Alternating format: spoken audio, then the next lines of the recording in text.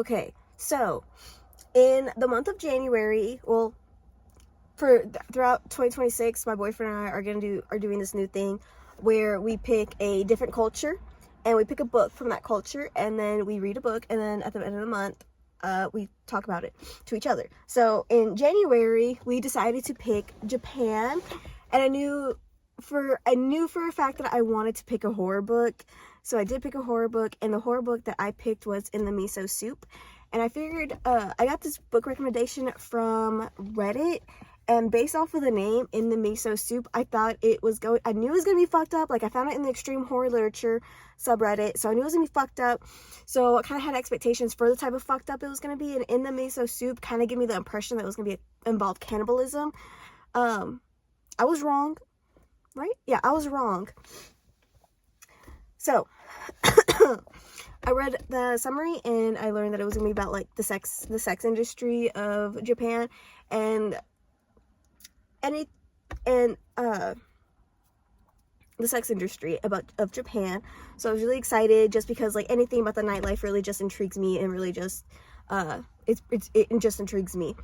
So the story is about a guy named Kenji, who is a nightlife guide, and his advertisement is in a magazine called Tokyo Pink Guide, which gets brought up later in the book, which actually turns out to be a real book, which is in my wish list, just because I like books that are involved in other books, and I thought it was really cool. So this book got brought up, and so Kenji is the nightlife guy he's hired by a guy named Frank, who is from America. And heck, Charlie. And because Japan is really not fond of foreigners, a lot of their clubs do not allow Americans in their clubs at all. So Kenji knows all the good spots to go to, so he usually gets hired by Americans who find him in the Tokyo Pink Guide, and he's able to take him to all the spots where, like, it doesn't matter who you are, they'll let you in.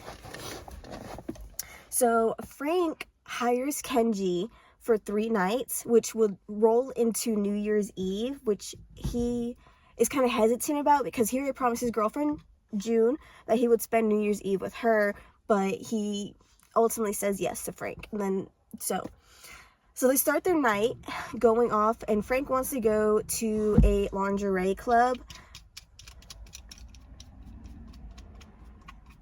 That's Charlie. So Frank wants to go to a lingerie club because he just wants to sit and talk with the girls, which to me makes absolutely no sense, because this man does not speak a lick of Japanese, but he wants to go, and he goes. So while they're there, he pulls out the Tokyo Pink Guide, because in the back of the Tokyo Pink Guide, there's a Japanese-English sex glossary. And everyone's having a great time listening to this American just try to say all these really raunchy words. So they're having a great time.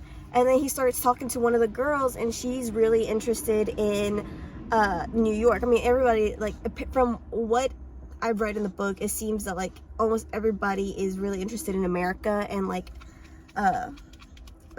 really interested in what they want to go to America for, like. And this one lady says she wants to go because she wants to go to the, are you okay? Oh yeah, he's good. He wants to go because she wants to go to New York, so that way she can go to the Nike store. And he gets really upset, because he's like, there's more to America than just the Nike store. Oh, and why is there, like, a Times Square in Japan? Like, why is Japan trying to imitate America? And Kenji's kind of like, what's wrong with this dude? He starts, like, he's always had a sense like something's wrong with him. So he starts thinking to himself, like, something's not right with him at all. Something's not good with him. He starts thinking that Frank is fake, and that everything he's saying is a lie. He's messed up. And he starts thinking, because Kenji heard about a murder, a girl who was just, like, found, like, a high school girl who was found cut up and just left in the alley, I think. And whenever Frank went to go pay at this lingerie club, when he gave the money, Kenji saw that there looked like it was blood splatter on the money. So he thinks that maybe Kenji might have killed this girl. Or no, I'm sorry. Kenji thinks that Frank might have killed this girl, but he's uncertain. He's, like, trying to, like, take all the doubt out of mind. So after the lingerie club, Frank wants to go to like a little peep show. So they go, and whenever they go, they go and they sit down into like different little stalls, I guess. They go into different stalls, and a girl comes in, and Kenji knows the girl, and he says, hey, I need to ask you for a favor. And she goes, okay, what is it? And he says, I need you to go over to this American that's like, well, stalls down, and I need you to offer him a hand job. And okay, this might get a little gross. Well, this is extreme horror book. Should I talk about it? Should I? Will I get demonetized? I don't know. Okay, so anyways, he tells her that he wants her to like offer him a hand job and come back and see like how much he combed, because the girl that was murdered was yeah. And so, because he wanted to, this is his logic behind it. He said, if Frank finishes and there's a lot, then there's a chance that he didn't do it. But if he finishes and there's not that much cum, then there's a chance that he did it. So, I mean, every chance that Kenji gets, he tries to give Frank the benefit of the doubt, which, I mean, if you're getting hired by somebody to take you on this sex tour guide, there has to be something a little askewed about them. You know what I mean? I'm not saying all of them are like that, but I mean, I don't know. But when the girl comes back, she says, like, when the girl comes back, Kenji's asked her, like, did you do it? And she goes, yeah, I started, but he like kind of stopped me. And she said that she was like really freaked out by like his face and also by his penis. So so they end up leaving the peep show, and they end up going to a batting cage. But like on the way to the batting cage, they see a homeless person, and Frank makes some remarks about this homeless person. I can't remember specifically, because I read this book in the beginning of January, and now it's February, and I'm like going over it, and I wanted to make a quick summary. So I can't remember if they spoke with him. I think they did speak with the homeless man before going into the batting cage. BRB. Okay, I'm back. Where was it? So they go to not a shooting range. Hold on. They go to a batting cage and talk to the homeless man, or don't talk to him. I don't remember, but they go into the batting cage, and Kenji and Frank decide to make a bet. If Kenji can hit a home run, then Frank will pay double his fee. But if he doesn't, he doesn't owe him anything. So Frank goes up, he gets 20 balls, and he misses. He doesn't get a home run. And when he steps out of the little cage, he tells Frank, he's like, okay, your turn, same deal. And so whenever Frank goes in there, he kind of like throws a little tantrum, and he like bangs the baseball bat, and it like the metal baseball bat on the concrete. And then when the balls start coming, this man is just letting these balls just come and hit him. Like, these balls are going like 100 miles per hour. I could be exaggerating, but they're going full speed, hitting him, and he's not moving. And it takes until like Kenji has to go in there and pulls him out. And he's like, that's dangerous. Why would you do that? And then the homeless man sees the entire thing. And then that's the end of chapter 1. So now we're in chapter 2, and it starts with chapter 2 beginning with June and Kenji. And Kenji is telling her, like, he's... By the way, June does not know what he does for work. She knows he works, but she does not agree with the whole, like, compensated dating, prostitution stuff going on. She doesn't agree with it. She might not agree with it, but it's happening. And Kenji works for it. So she doesn't know like what kind of client Frank is. She just knows that Frank is one of Kenji's clients. And he is sharing and expressing his concerns about Frank, saying that, like, dude, I really think that he killed this girl, this high schooler girl. And they even say something about like the way that the body was cut up. It was not very Japanese way of killing somebody. while they're talking, Kenji sees that Kenji sees that in the area that they were in, a homeless man was found torched to death, I think in a bathroom. And Kenji's freaking out. He's like, oh my god, like, there's no denying it. Frank has to be the person that's killing all these people. And he's freaking out, and June's like, okay, let's just go on a walk. Let's get your mind off of it. So while they're on this walk, Frank calls him up, and he's like, oh my god, last night was so much fun. I can't wait to do it again tonight. Oh, by the way, I changed hotels, so don't meet me at the same place. And like Kenji's trying to figure out, like, why did he move hotels? Can I go to the hotel that you now have, and all this and that? And Frank is like not having it. He's like trying to like push it aside, and he even gets to the point where Frank is like, oh, bring your girlfriend or invite your girlfriend, and Kenji's like, absolutely not, we're not doing that. So, oh, I see an owl. Wow, that's pretty cool.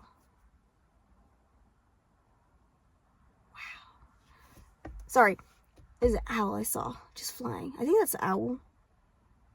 Anyways, so they end up meeting up, and they go to a bar, and at this bar they meet up with a girl. They run into a girl named Noriko, who Kenji knows because she is a club expert. And so they decide to go to her club, her bar. So they go there. Excuse me. So they go to her bar, her club, and her club's kind of, I've never heard of this before, but there's like girls stand up on stage, and they're all numbered. So like there's 1, 2, 3, 4, 5. And these guys who come in, they pay for a piece of paper. And on this piece of paper, they write down their name, their occupation, and what do they want to do with the girl, and like on their date. And so Kenji has to fill this out for Frank, and Frank pretty much says he wants to have like sexy time. So with the piece of paper, Noriko or somebody takes it, and they give it to the girl of their choice. And the girl will see it, she'll look at it, she'll look at the person, and then she'll make her decision. Like, will she go and have this date with them or not? So I just thought that was so weird, because like you'll pay all this money for this piece of paper, but there's no guarantee that the girl's gonna say yes, or just, you're gonna get what you want out of it. But pretty much the girls that he wanted, they come down and they come sit with him. And the two girls' name are Yuko and Maki. And while they're talking to these girls, like there's a whole like 5 or 6 pages of dialogue, and we're getting to know these girls. And Maki, she's a handful. She is a lot. Like, she thinks that she's too good for this place. She's one of the girls where she feels like she deserves so much better than what she's been handed in life. And you could tell everybody, including Yuko, is just getting very uncomfortable and just like getting kind of like obnoxious with this girl. Like, this also, Mikey has like absolutely no problem like insulting Frank pretty much. And there's a language barrier, so Kenji has to translate everything that these girls are saying, and like Frank has to tell Kenji like, oh, tell them this, and he has to explain it. So that like, it seems really uncomfortable. Like, there's lots of tension.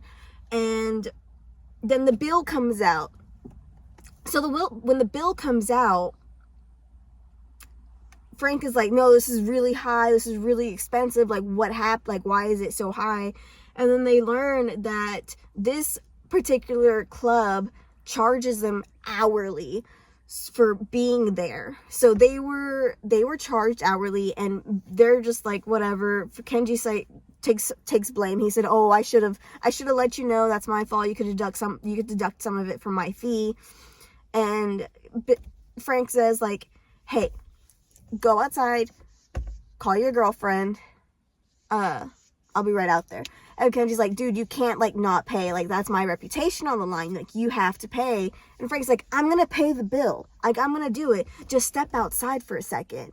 So Kenji does it. And I think, honestly, Kenji might do it because he's terrified of Frank. I would be too. So Kenji goes outside, and I don't know if he calls his girlfriend or not, but Frank goes out there, and he's like, hey, come back in. And when Kenji does, he sees that Maki is dead. And the ending of chapter 2 is pretty much a very gory scene of murder and different stuff. It's extreme. I have to say this again. It's an extreme horror book. So I'm not even going to talk about the ending of chapter 2, but the ending of chapter 2 is very extreme horror. So there's that. And so whenever they leave the club, there's a mess of people behind. And as much as Kenji wants to, like, tell the cops, because there's cops, like, right down the road, and as much as Kenji wants to go and tell these cops about what just happened, he physically cannot do it. Like, his feet are, like, he wants to move his feet won't move, he just can't do it. So he ends up just going back to hanging out with Frank, because what else are you gonna do? I don't know.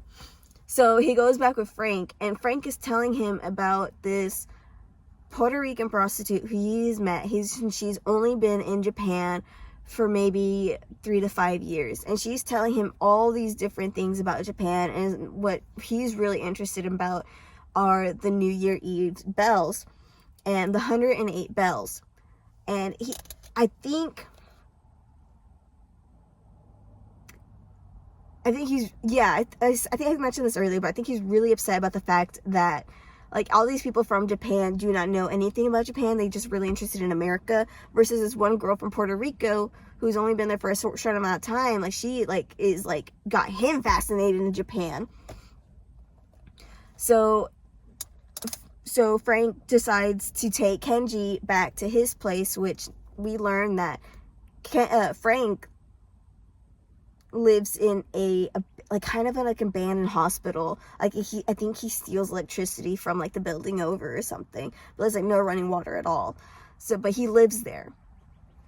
And while they're there, or while they're walking there, like, Kenji feels like Frank is testing him about, like, the culture of Japan. So Frank is asking him, like, what all do you know about the 108 bells? And Kenji tells him, like, the 108 bells is supposed to signify, like, the 108 bad instincts that humans have, and the bells are supposed to help get rid of them.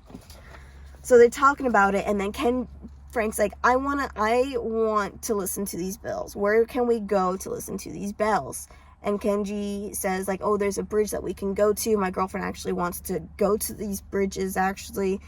And Frank says, you know what? Like, at midnight, like, you're free. Like, you don't have to be, like, here with me anymore. Like, you know, you're off the hook, I guess. So Kenji calls his girlfriend and says, hey, I'm still with Frank. We're gonna go to the bridge. You need to go meet me there and just, like, watch out for us. And June asks, like, is Frank as bad as he seems? And Kenji's like, yeah, he is. And then he hangs up. So around 4 o'clock, they start heading out to this bridge. Oh, wait, no. But before they leave, while Kenji is telling Frank about the history of the bells, we learn, and Frank tells Kenji about, like, his history of, like, killing and, like, all this and that, because he says that his brain generates new brain cells to make up for the ones that he's lost. So he has old brain cells and new brain cells in his brain at the same time. So his memory gets fuzzy, and he might have hypnosis powers. I'm not sure. But he pretty much says that there's something like mentally wrong with him. And while they're there at the abandoned hospital where Frank lives, he's telling him about his past, like all the killings that he's done. That's where that has led him to. And so he tells him about that. And then around 4 o'clock, that's when they head out to the bridge. When they get to the bridge, he sees his girlfriend, June, and then they pretty much, what do? Frank pretty much just tells him, like, you're my friend, that's why I didn't kill you. Like, Kenji, like, he tells him, I wish I would have had a bowl of miso soup with you, but I feel like I'm in the miso soup right now. And then they leave, but not without Frank giving Kenji a swan feather. I think a feather of a swan, I believe. And then that's the end of the story, which I was so confused. I still don't understand the whole, like, the name, like, in the miso soup. And then I even asked Reddit, like, what was your opinion? And a lot of people said that, like, maybe it felt like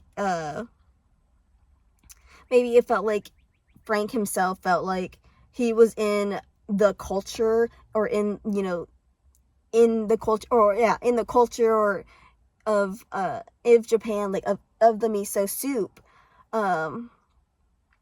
But I mean, I'm still kind of confused about it. I rated it a 3 out of 5. It was, yeah, whenever I went to go back through it again over, like, to do the summary, I kind of just skipped over the killing, the gory scene, because it was crazy.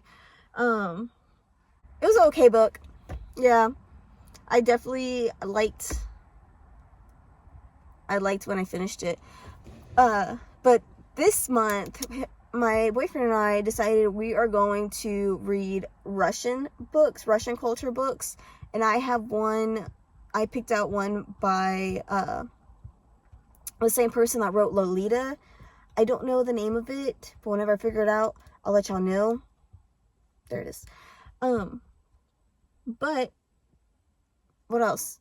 Oh, John dies at the end. I decided I'm just gonna do like what I did here, just do a quick summary of it instead of reading it, because reading it takes like fucking 48 minutes, and that's a lot of time, and my phone doesn't have that much storage. And then if I just do a summary, it'll be a lot shorter. Maybe if I don't talk a lot, it'll be a lot shorter, and I feel like it'll be more personal.